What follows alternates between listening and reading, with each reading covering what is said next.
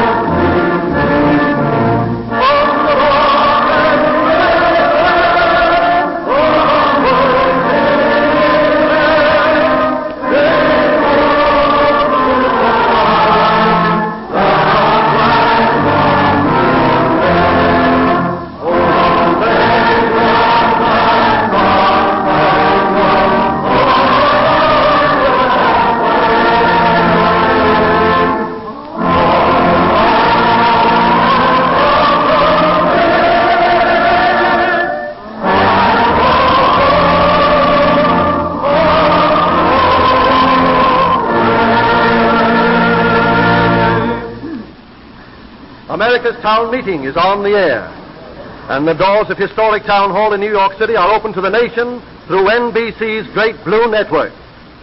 We are happy, as always, to welcome George V. Denny, Jr., the president of Town Hall and director of this program. Mr. Denny. Good evening, neighbors. Our subject this evening, as originally announced, was in full, should democracy deny or disregard racial differences? The simpler title, Should We Ignore Racial Differences, will serve our purpose this evening, as we are a democracy and as a people believe in facing facts as we find them on the basis of scientific observation. In presenting two outstanding scientists, Dr. Ernest A. Hooton, professor of anthropology at Harvard University, and Dr. M.F. Ashley Montague, professor of anatomy at Hahnemann Medical College, Philadelphia, we are giving you the benefit of the observations of two of the most eminent authorities in this field. It's our custom to check our prejudices outside of the doors of Town Hall and to use our reason in these meetings. We are ever aware of the banging banner hanging here on the stage which stresses these words: tolerance, reason, justice. America's Town Meeting of the Air, dedicated to the advancement of an honestly informed public opinion. Following the speeches, we will hear questions from an audience of 1,600 people here who have just been participating in a very interesting preliminary meeting conducted by Dr. Curtly Mather, also of Harvard University, and head of the Adult Education Center in Boston. Dr. Mather will speak following the two addresses. I take pleasure at this time in presenting Dr. M.F. Ashley Montague, professor of anatomy at Hahnemann Medical College, Philadelphia. Dr. Ashley Montague.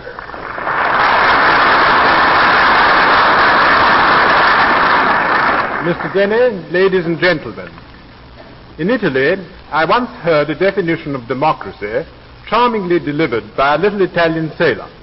He said that democracy is what people have in America, where everyone has the liberty. That is about as good a description of American democracy as any I have heard. But for our purposes this evening, let us understand by democracy the form of government in which the supreme power is lodged in the hands of the people. By race, let us understand a group of human beings possessing a community of physical characters which serve to distinguish them from other groups of mankind. Now, if we agree that democracy is the form of government which prevails in the United States, and that among us live citizens who are members of different racial groups, it is a just and proper inquiry in the interests of us all to ask whether there are any physical or mental qualities peculiar to any of these racial groups which our social order needs to consider in the government of this country. Having made the task of finding an answer to this question part of my life work, I can answer unequivocally that democracy should disregard racial differences.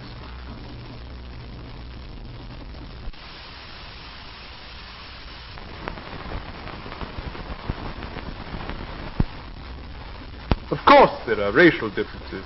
How else could one speak of races? But these differences can be disregarded because they are superficial and have no connection with behavior or with society. Now, what are racial differences? These are popularly considered to be of two kinds, physical and mental.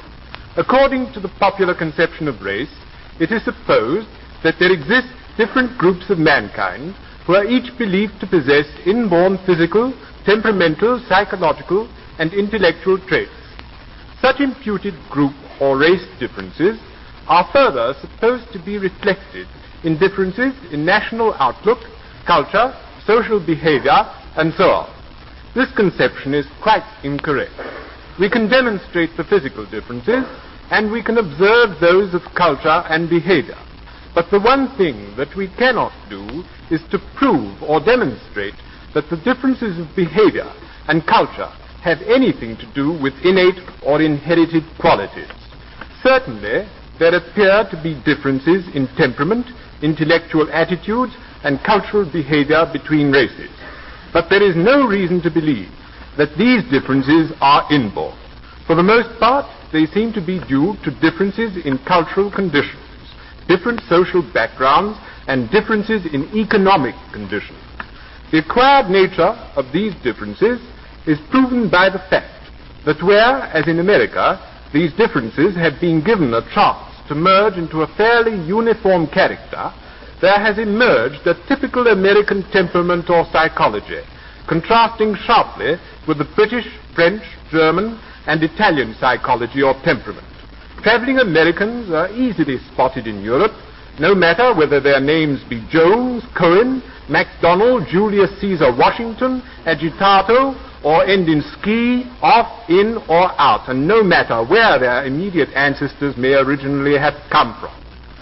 As for the physical differences which exist between races, these are substantially the products of adaptation to different biological conditions, such as those of inbreeding, geographical isolation, and environmental factors such as sunlight. Factors akin to those which are at this moment producing local types in America. Such physical differences cannot intelligently be discussed in terms of physical or cultural superiority to one another. There are no superior or inferior groups by birth. If there are any inborn mental differences associated with the physical differences which distinguish races, then science has been unable to discover them. Physical differences are purely external and are only superficially associated with cultural differences existing or imputed. Yet these external differences provide a convenient peg upon which to hang all sorts of imagined internal differences, moral, intellectual, mental, and emotional. In this way, physical differences become the basis for social discrimination and the creation of social inequalities. But science is aware of no such associations between external and internal characters, except, of course, such as are socially produced. Europe, the Europe we all escaped, whether we came on the Mayflower or on a cattle boat, shows us today where we end up if we think that the shape of the nose or the color of the skin has anything to do with human values and culture. Such differences of behavior and character as seem to exist between racial groups are due principally to the inequalities in the opportunities for social and economic betterment which have been afforded them, not to unalterable innate or hereditary differences. No racial group has a monopoly of good or bad hereditary qualities. The existence of any race at the present time is proof of the fact that it possesses a majority of desirable characters. Otherwise, that race could not have survived. Give every race an equal social opportunity, and that is what democracy is supposed to do, and the only differences between minds that one will find are such as now exist between individuals of the same race who have enjoyed equal cultural opportunities. Every human being, whatever his racial affiliation, differs from every other in his makeup and has had a somewhat different inheritance and different opportunities. What a dull world this would be if we were all poured to the same mold. The important differences are not differences between racial averages, but between individuals, and it is because of the existence of individual differences which have little or nothing to do with race that a true democracy should disregard racial differences and pay every attention to individual differences. Yes, democracy must recognize differences, the differences between individuals, not as race members, but as individual citizens, individuals differing in countless ways and capable of making individualized contributions of all sorts to our culture. Hence, democracy must disregard racial differences and concern itself with the task of affording every individual, regardless of racial origin, adequate opportunities for self-development, so that the best that every individual has it within him to give shall be given, both for his own happiness and that of his fellows. Let us be human beings first and put race where it belongs, into the textbook. Every political system is capable of some improvement, and our democracy is no exception. We stand to profit immediately by giving up acting on racial mythology, the racial mythology which lurks in the minds of most of us and contributes so much to social friction. But we cannot change the conditions of social friction merely by changing our minds. As members of thinking humanity, we should study these things to keep them from adding to social friction, to realize that we have been and are being snobs, and that there will be a price to pay if we go on being snobs. Now that travel in Europe is no longer feasible, we could profitably explore such questions right here, and perhaps find out something for ourselves which would prevent us from committing the ghastly errors of our misguided European relations. The greater part of the world's unhappiness is caused by people who make decisions concerning those whose nature they neither understand nor attempt to understand. Let that never be said of us. The flaring of latent racial enmities in times of economic stress is an association of events which has never been more painfully evident than it is today. In Germany, we have witnessed the imposition of a mythological racial dogma upon a whole people, a dogma which deprives all those who are not mythical Aryans of their civil rights and of the right to earn a living. All over the world, under conditions of economic stress, race prejudice becomes a powerful weapon with which one may boycott another group or individual economically and socially and feel perfectly righteous in the process of doing so. Physical and cultural differences are seized upon and made the basis for racial antagonism and discrimination. Trivial things such as differences in manners, polish, social background, religious beliefs, and so on, which under the proper conditions should be points of interest and value, become the basis of distrust. Just as a child runs to its mother and the familiar when in difficulties, so most of us run to our own group when we feel insecure and fancy that anyone not of our own group is the bogeyman and the cause of all our troubles. In a democracy, there should be no place for such childish conduct, nor for the conditions which give rise to it, improper education and economic insecurity. Where, in a democracy, all men of whatever racial affiliation were granted equal social and economic opportunities, the question, should democracy deny or disregard racial differences, could not be asked, since the social and economic forces which create race antagonism would not under a true democracy exist, and there would then be no race problems, or else the concept of race would be understood for what it is worth, and the question would be meaningless. Every individual would then clearly understand what he should but does not understand today, that he is the result of the mixing of many races, that he is a much mixed alloy with all the added strength and qualities which the alloy possesses as compared with the unalloyed metal. It is a fundamental tenet of democracy that it must balance the interests of all its component groups and citizens. There is nothing in the nature of any of these groups which we have called races which gives them less weight in the balance of democracy. If then we ask the question, should democracy deny or disregard racial differences, the answer is, definitely democracy should disregard the superficial physical differences by which races are recognized, because they are of no significance, and should emphatically deny that any other differences exist which call for any inequalities in the treatment of its citizens.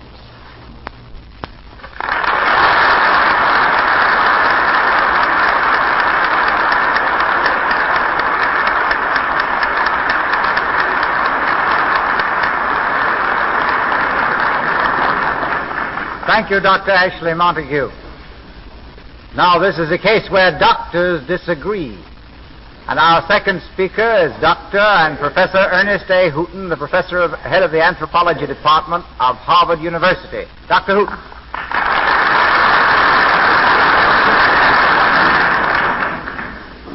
Ladies and gentlemen, the child of doubtful fatherhood is unlikely to esteem the study of family trees, and the foundling will hardly exaggerate the influence of heredity.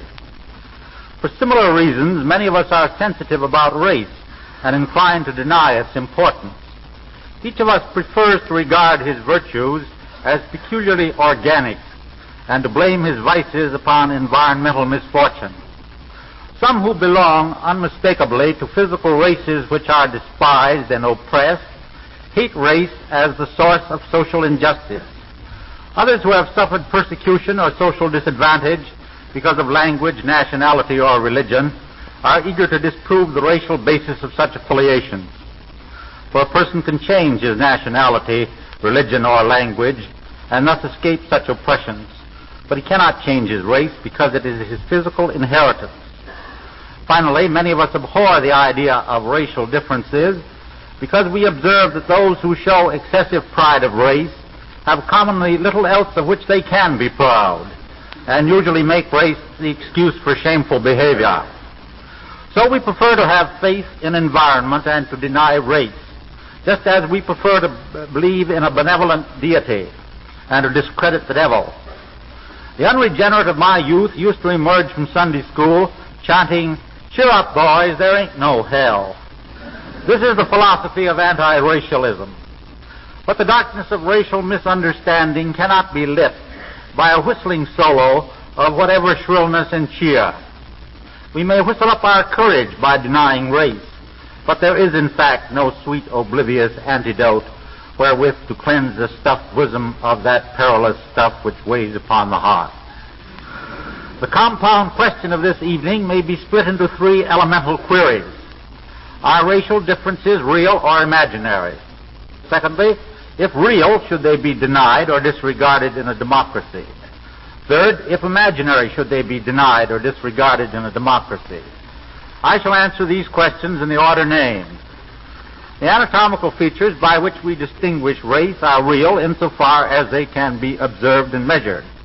It is easy for any layman correctly to assign most individuals to their classification in the three main physical groups of living man: Negroid, white, and Mongoloid. The combinations of physical features by which such distinctions are made seem to be, in the main, hereditary. That the members of a group of Negroids are more closely related to each other than to individuals of a Mongoloid group could hardly be questioned. But when we attempt to subdivide one of the primary physical groups of mankind, for example, the so-called whites, into distinct races, we encounter serious difficulties. For although races have developed within this group by variation, inbreeding, and selection, they have subsequently mingled and have swapped their racial characteristics back and forth. Again, the radically diverse physical groups, such as white and Negro, usually live under dissimilar environmental conditions, even in the same country. Thus, it is always possible that apparent racial differences in pathology, physiology, and psychology are influenced by these environmental inequalities. Psychologists, in any event, are unable as yet to measure effectively mental and emotional characteristics. When they have found differences between races, their conclusions have been rendered dubious by defects of technique, by complicating environmental factors, and by their failure to study racially homogeneous groups. Thus, there is no conclusive proof that racial differences in psychology and in behavior actually exist. The answer to my first question is nobody knows. Yet it is unscientific to claim that racial differences do not in fact exist merely because they have not been proved and because it is expedient to deny them.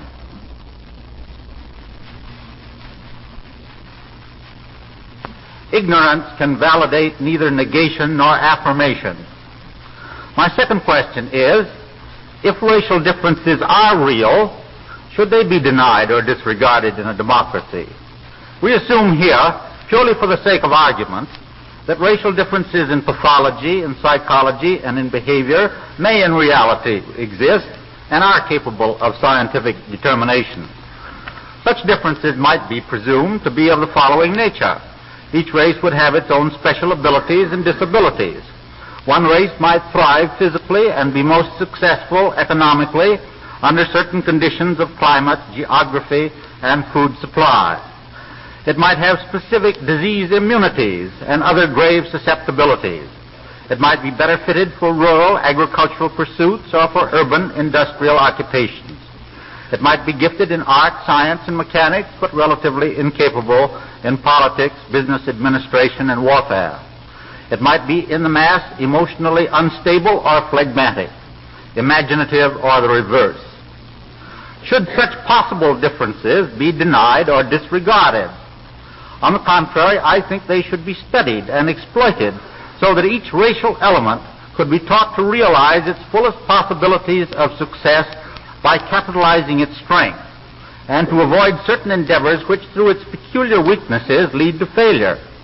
We may be sure that no race has a monopoly of virtues or vices, and that there are no hierarchies of mankind by total racial ability, ranging from something a little lower than the angels to something a little higher than the apes. Nature apparently gives a square deal, albeit an old deal, in the assignment of low and high cards to her various breeds. But if that proved not to be the case, we ought to face the truth and to work in the light of it. Therefore, I think that scientific organizations should be formed with ample resources for the study of racial differences to the end of shaping social policies, if and when such racial differences have been indubitably established. Then, for example, if it were ascertained that the Negro has transcendent gifts in music, it should be the national policy to encourage Negroes to enter this field and to afford them special opportunities. And if Nordics are really especially good at war, they ought to be preferentially conscripted. I would not hamper individual initiative, irrespective of racial ability or disability, nor establish any racially limited or prohibited areas, occupations, or social activities. But vocational guidance might profit races as well as individuals. I do not resent the predominance of Irish Americans among our police, because they seem to be fitted by constitution, by temperament, and by inclination for such service. I should be content to have our municipalities governed by Irish Americans, not a race, but a special ethnic blend, if it could be demonstrated, as possibly it may be, that these make the most honest, wise, and capable administrators. So I answer that if racial differences of a non-anatomical nature are real, they should not be denied nor disregarded in a democracy. But if these racial differences are not real but imaginary, should they be denied or disregarded? Again, I uphold the negative. Of course, the principle of racial equality, as well as that of individual equality, is supposed to have been built into our Constitution and to be operative in our government and our society. Yet we must admit that in the real workings of American life, this is all sham and hypocrisy. The man in the street, or even in the House of Lawmakers, cares little for humanitarian policy and does not attempt to inhibit racial prejudice when it suits his selfish interest. The scientist may doubt the existence of racial differences in psychology and behavior. The humanitarian and sentimentalist may deny them. But the ordinary high-grade moron of our citizenry believes firmly in differentiated racial behavior and acts upon that belief. He rushes in where anthropologists fear to tread, trampling all over the field while they sit timorously on the fence. Committees on democracy and intellectual freedom may shout themselves hoarse in the denial of racial differences. Some citizens of the Deep South still believe that only an occasional lynching or live combustion of the Negro will preserve the virginity of white females. They put this belief into practice. Certain Western whites still adhere to the motto that there is no good Indian but a dead Indian, and continue to rob the aboriginal owner of our continent. Our edifice of racial equality is a sepulcher, whitened without but full of festering corruption. It smells to high heaven and is an offense in the nostrils of all honest men. We have a Government Bureau of American Ethnology, restricted, however, to the study of dry bones, ruined dwellings, dying languages, and dead customs of the American Indian. Harmless but relatively futile pursuits. The control and exploitation of the living Indians have long been in the hands of the Indian Bureau, until recently the most noisome nest of political patronage which even our democracy harbors. Under the present administration, a belated but conscious effort has been made to give the Indian a new deal, which, however, is as little to his taste as is the more generalized New Deal to that of any Republican. Why do we not have a powerful, non-political, honest government organization devoted to the study, protection, and improvement of our oppressed Negro minority? Another for our large population of Mexican origin, and still others for various underprivileged racial and national elements which live in this land of freedom and equality without experiencing either. In Europe, we have ample evidence of the folly of building artificial states out of racially and ethnically heterogeneous populations under the theory that a democratic government will transform them into unified societies with no ructions due to cultural, linguistic, and racial diversity with their resulting prejudices. We have done a little better here because our nation is grown by accretions of voluntary immigrants, with the notable exception of the Negro. We could do a great deal better still if in our government an effective Department of Race and Culture would bend its efforts to the scientific development of every racial and national stock in our country and to the task of coordinating the efforts of each to further its own happiness and the advance of American civilization. We must combat existing inequalities of racial opportunity and virulent racial prejudices neither by futile denial nor by lofty disregard of realities, but by actual work upon the problem. However, I cannot advocate such measures without declaring most emphatically that this entire matter of racial differences in our democracy, real or imaginary, together with the problem of the dangerous growth of racial prejudice, is trivial in comparison with the need of arresting human degeneration in individuals and groups, irrespective of race, nationality, and economic status. If we can rid ourselves of the feeble-minded, the insane, the incurably diseased, the criminalistic, and the non-productive members of each race and nationality in our democracy, the remainder, however diverse in racial and national origins, will work out its own salvation. Race prejudice will die of inanition, and we shall have done with transplanted buns and silly swastikas, with the savage mumbo-jumbo of the Ku Klux Klan, with red ideologies and with pink idiots. We might even hope for a release from the Daughters of the American Revolution.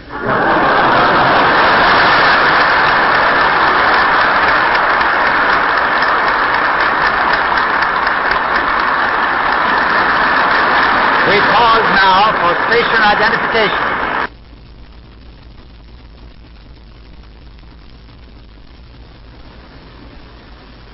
Continuing our program, I'm going to ask the conductor of our preliminary meeting, Dr. Kirtley Mather, to speak, commenting on both speeches made by the principal speakers and on what the audience said beforehand in the preliminary meeting, if he cares to. Dr. Kirtley Mather.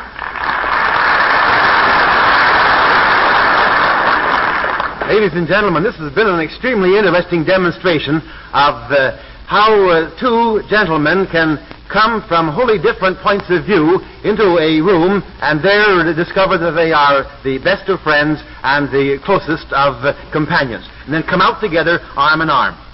You'll observe that although Dr. Ashley Montague and Dr. Hooton disagree quite definitely upon one very fundamental factor, if not fact, in this whole question,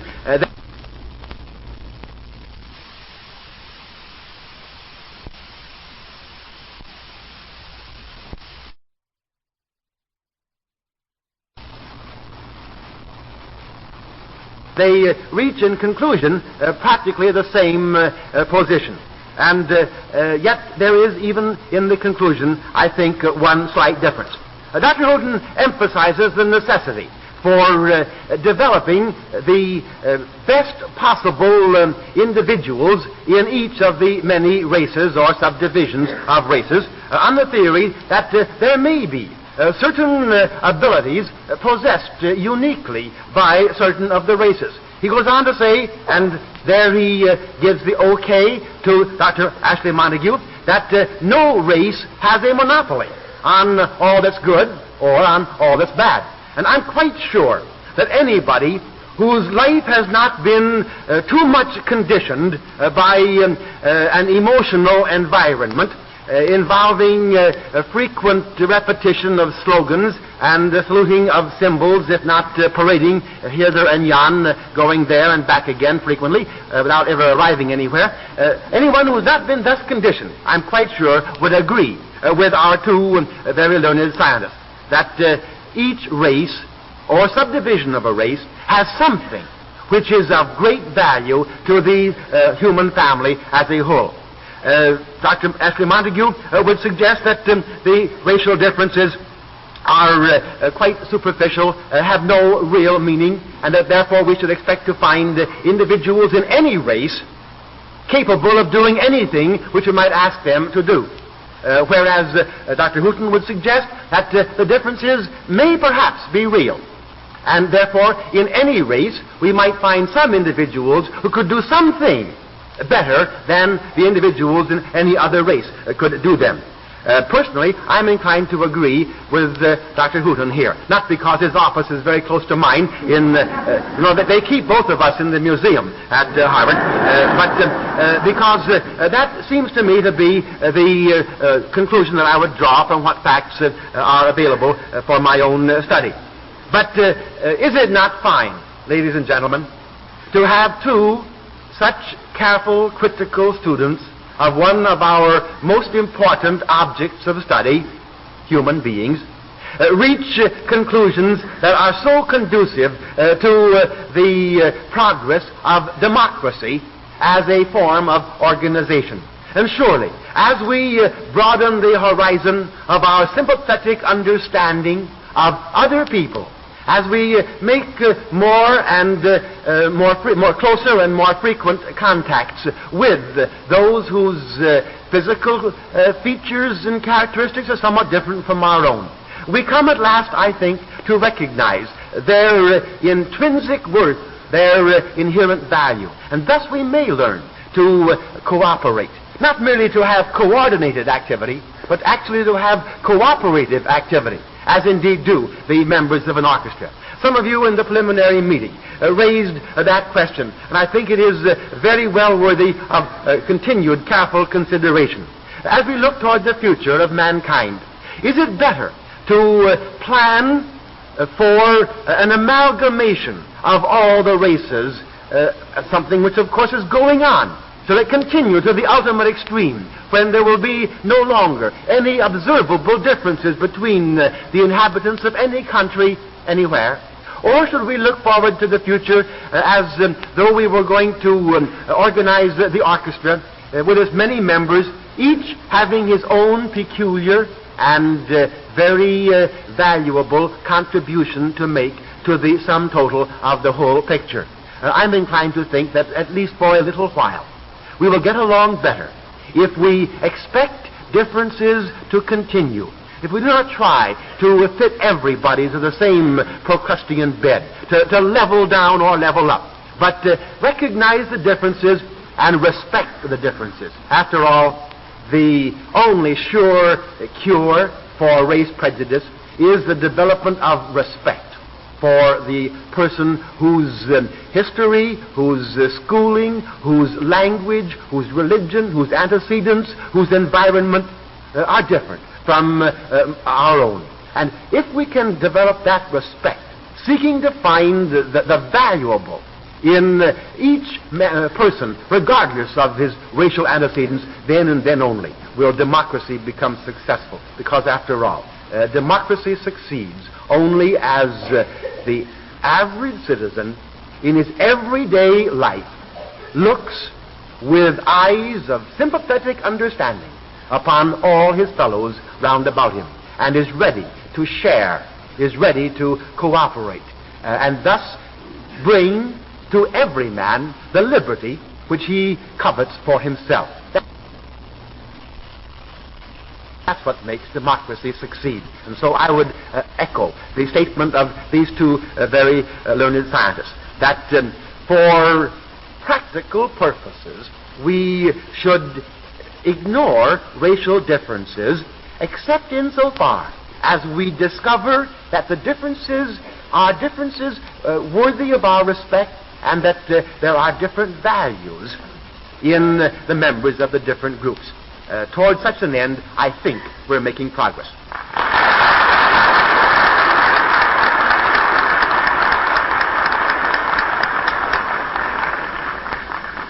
Thank you, Dr. Kirtley Mather. Now we are ready for the questions. Will you please rise and state the name of the person to whom your question is directed? Start with the balcony. Yes? Professor Houghton. Professor Houghton. May I ask, if you were the head of a government bureau which would exploit race for the benefit of democracy, how would you deal with the problem of the half caste? That's a nice problem, Dr. Houghton. If you were the head of a government bureau, how would you deal with the problem of the half caste? I would attempt to distinguish the particular social abilities and physical differences which mark off the half caste from the pure of either race, and I should, having made a determination of such findings, attempt to develop the abilities and to bolster up the points of weaknesses if they prove to exist. Thank you. Oh, just one from each person, yes?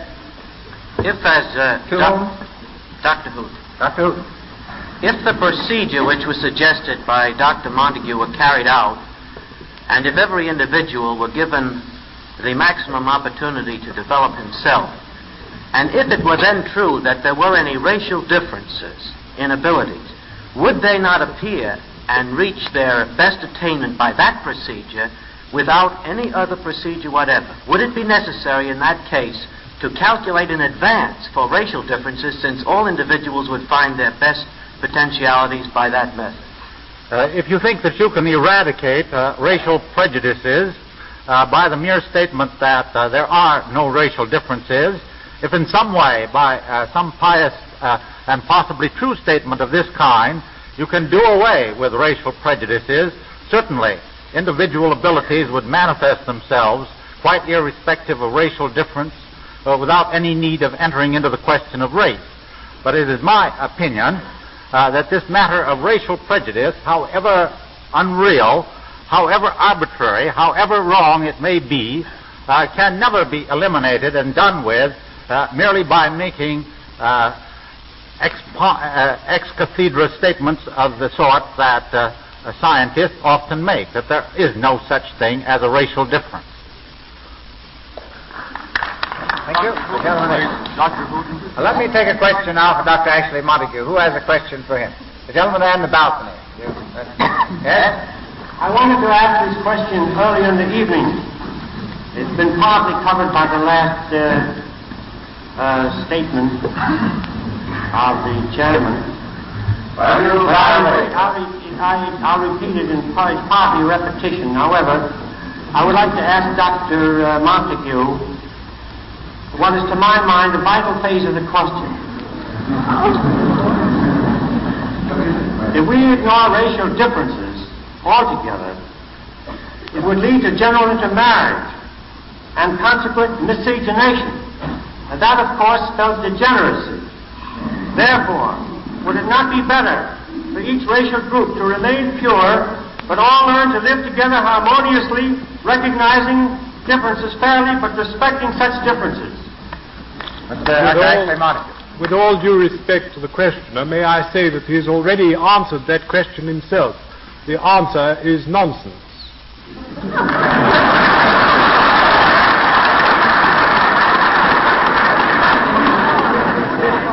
Young lady here. Dr. Who, Dr. Who? if we are agreed that intense nationalism is the principal cause of war,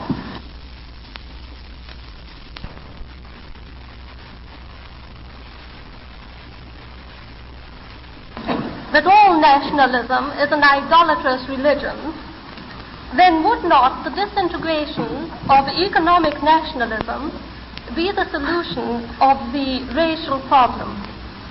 Wouldn't the disintegration of nationalism be the solution of the race problem?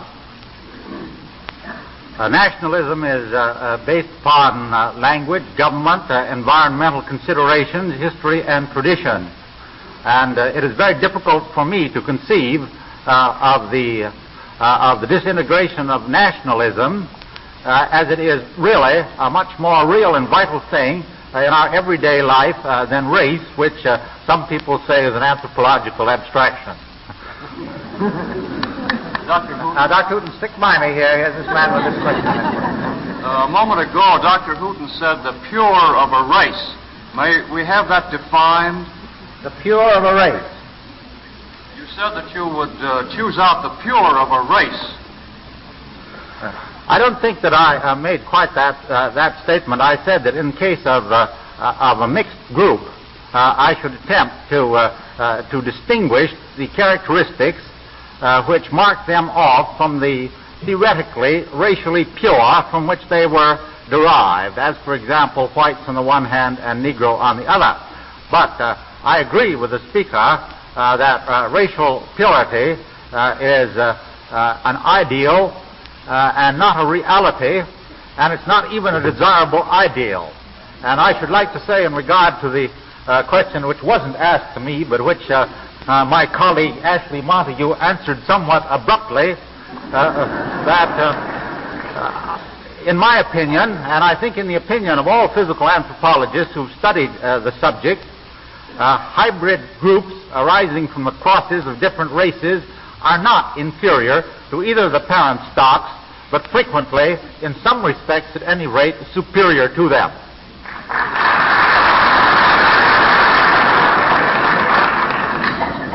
If possible, I would like to direct my question to both of the gentlemen. You may, sir. Can race prejudice be eliminated through education? Can race prejudice be eliminated through education? Well, the answer to that question is, of course, that it all depends upon the kind of education. If you calculate for a kind of education which is intended to eliminate race prejudice, the probabilities are that you can implant into the ideas of the majority of mankind notions similar to those which one inculcates in the minds of the young, which enable them to read and write correctly in their own language. Thus, one can educate individuals to learn to value other people for the qualities which they should always be valued, and not for those physical characters which are made the pegs to hang values which have no real association with them. The answer is, of course, by education, under the proper circumstances, you can eliminate racial prejudice, since racial prejudice is generated by factors of a similar nature. Dr. Hooton, will you comment on that question? My able and learned friend has commented upon it to my entire satisfaction.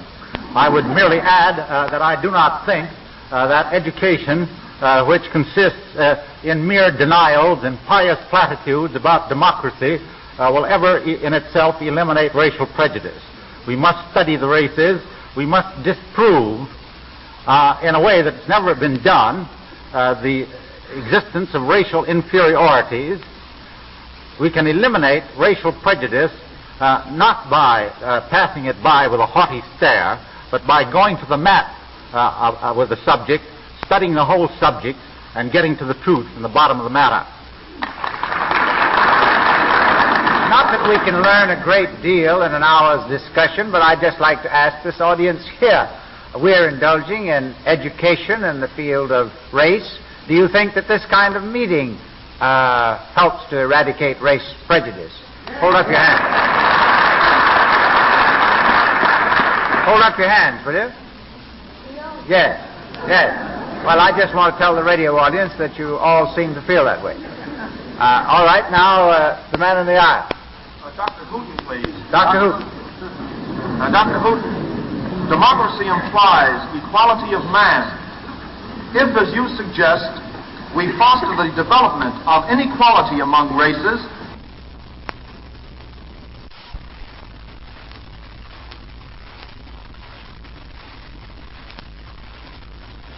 if there are any, will that be conducive to the continuance of our democracy?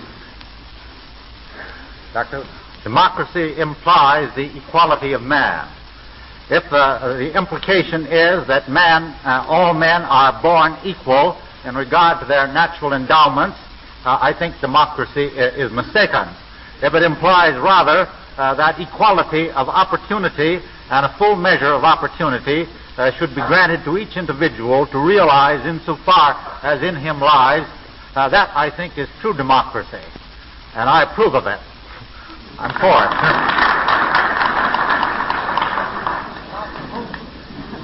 What's that? Dr. Who? Dr. Hooton, I was going to give you a rest. If I heard you clearly, you made the statement that the American Committee for Democracy and Intellectual Freedom may cry itself hoarse. Our morons will stick to their racial prejudices.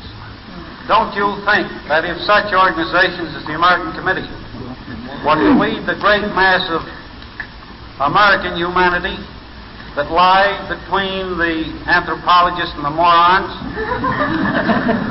lead them out of their traditional prejudices, that we'd have little to fear by the pink moronic devils?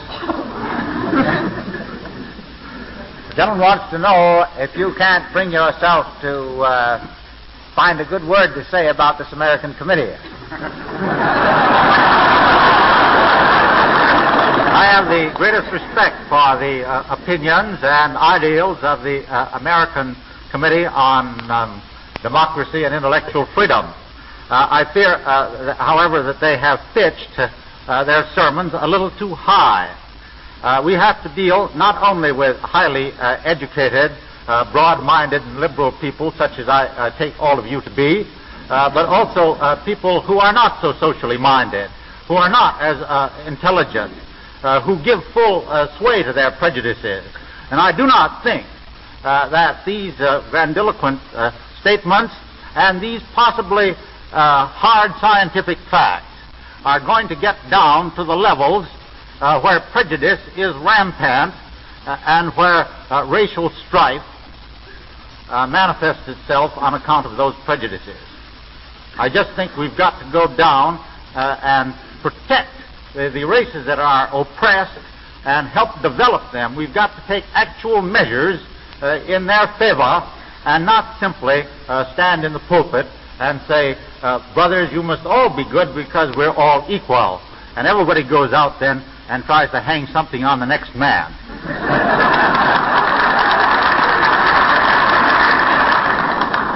Dr. Hooton and Dr. Montague. Well, let's start with Dr. Montague. Does racial prejudice exist in the Soviet Union? I think we'd better stick to America, if you don't mind. Is your question for Dr. Montague? I should like both of the doctors to answer. All right, Dr. Montague.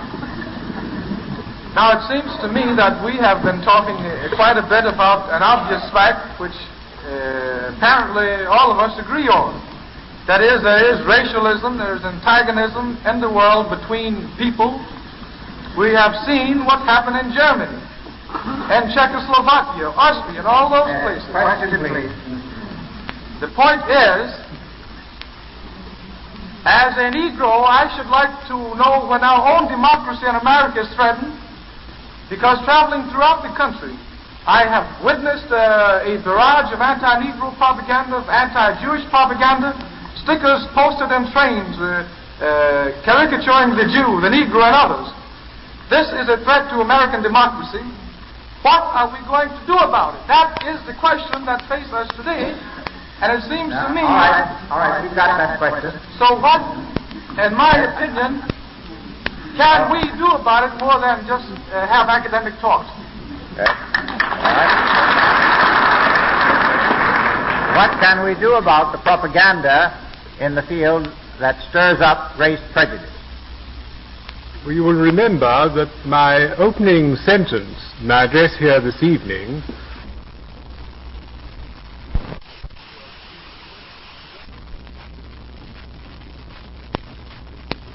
began with a definition that I heard given by an Italian sailor who said, among other things, of American democracy, that it afforded every citizen living under it in America the opportunity to take the liberty. And, of course, everyone has the liberty to express his opinion and to stick up stickers anywhere he wishes, if he is unseen, and to put on those stickers practically anything he likes. Now, let those people go on doing that sort of thing. There are certain gentlemen who broadcast over the air from certain pulpits who make certain statements which they're perfectly free to make. I think the very best thing that we can do is to permit them to continue to make the sort of statements they make. In that way, a very large majority of people are able to judge for themselves the worth of such opinions. As for what we can do about it, besides academic things, on the other hand, it is not besides academic things, it is through academic things that we can do these things.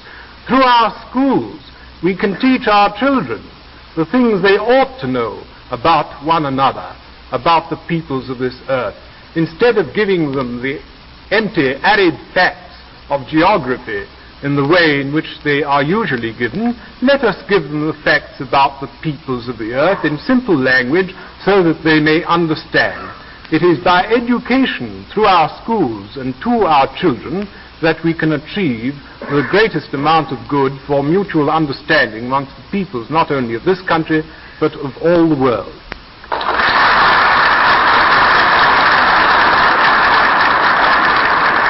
Dr. Hooton, will you comment on that same question, please? I should go a little bit further than Dr. Ashley Montague in the matter of combating racial prejudice and in aiding the oppressed racial and ethnic minorities. I am a little impatient with a government that has enormous resources, inexhaustible resources to spend upon war, agriculture, commerce, and a great many things of that sort that have to do with economics, and has practically no interest in these different groups of nationalities within its own country. I see, of course, I approve of the Department of Public Health, but it seems to me that a little less attention to the economic resources, a little less attention to the gadgets and the things that produce income, and a little more attention to all of these various groups in the country, and very definitely something done in a governmental way for the protection, the development, particularly of the Negro and of other groups, it seems to me is called for. I'd like to read this telegram before we get too far from a town meeting of Seattle, Washington. It's signed Mrs. O.F. Lamson, moderator of the Women's University Club of the town meeting of Seattle. Will you kindly have Professor Hooton answer over the air the following question? What are the physical and social characteristics responsible for the different degrees of racial prejudice against Mexicans, Filipinos, and Japanese? That's a large order. I assume that the racial prejudice against Mexicans, Filipinos, and Japanese is assumed is named in the ascending order? I don't know. That is that there is least prejudice against Mexicans, somewhat more against Filipinos, and somewhat more against Japanese. Well, on the biological side, the people that are least unlike from us are likely to arouse the least prejudice. And the Mexicans are Southern Europeans with some dash of Indian blood and are closest to us.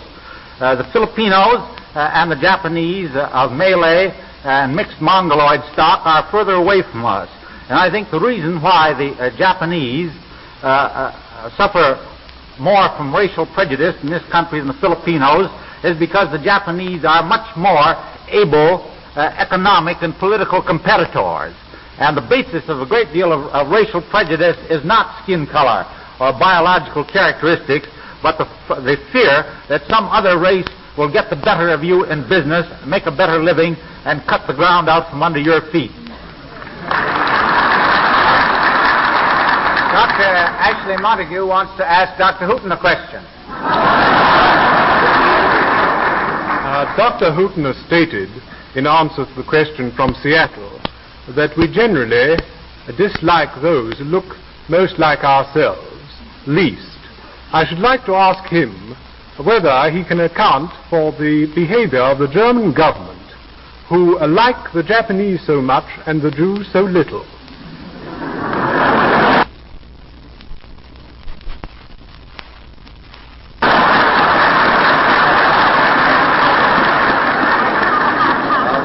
Are going to get us over across the water anyhow.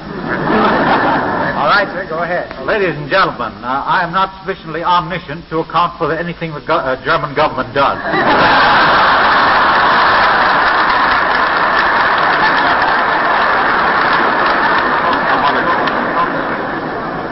Mr. Montague.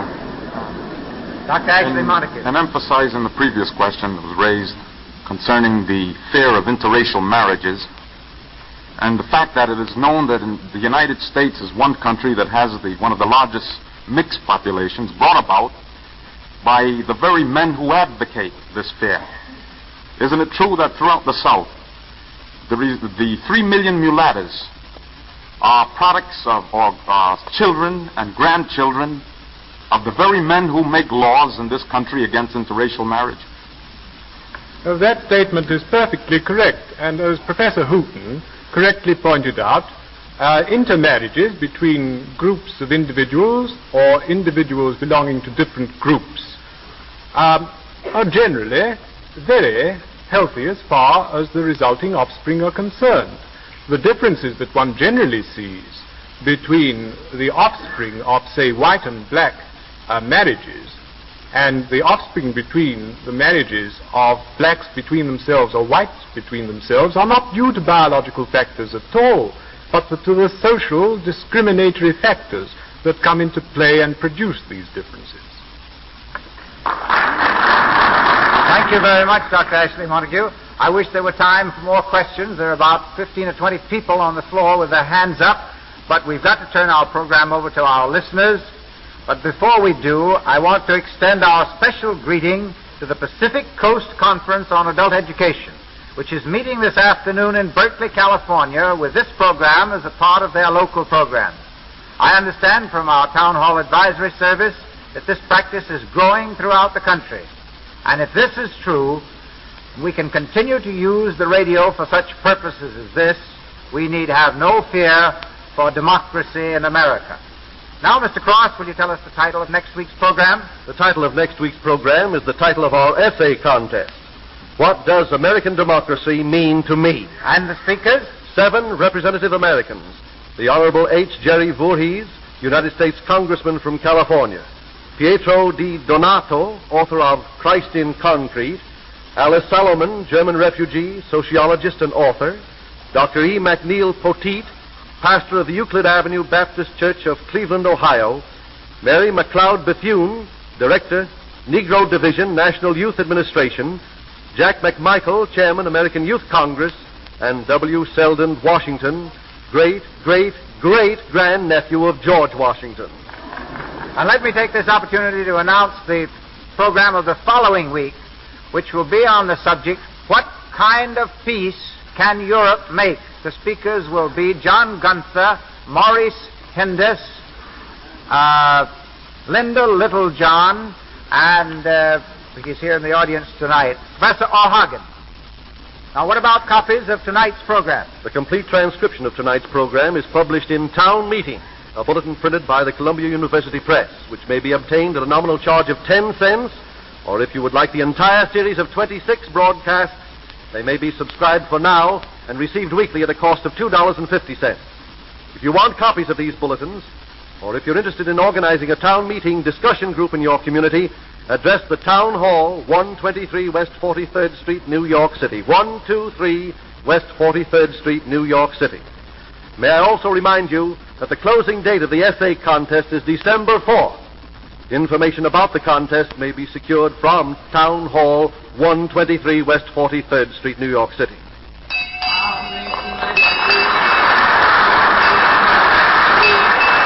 What does American democracy mean to me? America's Town Meeting of the Air is a public service feature and a Blue Network presentation of the National Broadcasting Company.